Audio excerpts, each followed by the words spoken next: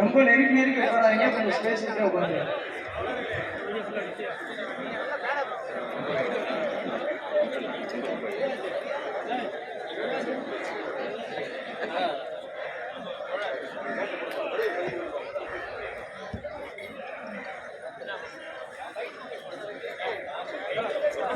அன்பார்ந்த தோழர்களே, இப்போ நம்ம கோஷம் போட போகிறோம். அந்த கோஷம் போடும்போது அனைவரும் கையை தூக்கி வந்து கோஷம் போடுங்க.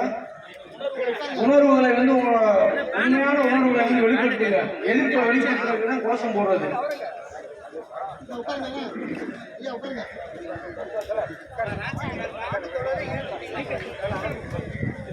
தமிழ்நாடு அரசு பொதுப்பணித்துறை கிழக்கு மற்றும் ஆட்சி பணியாளர் சங்கம், தமிழ்நாடு அரசு சங்கம், அகில இந்திய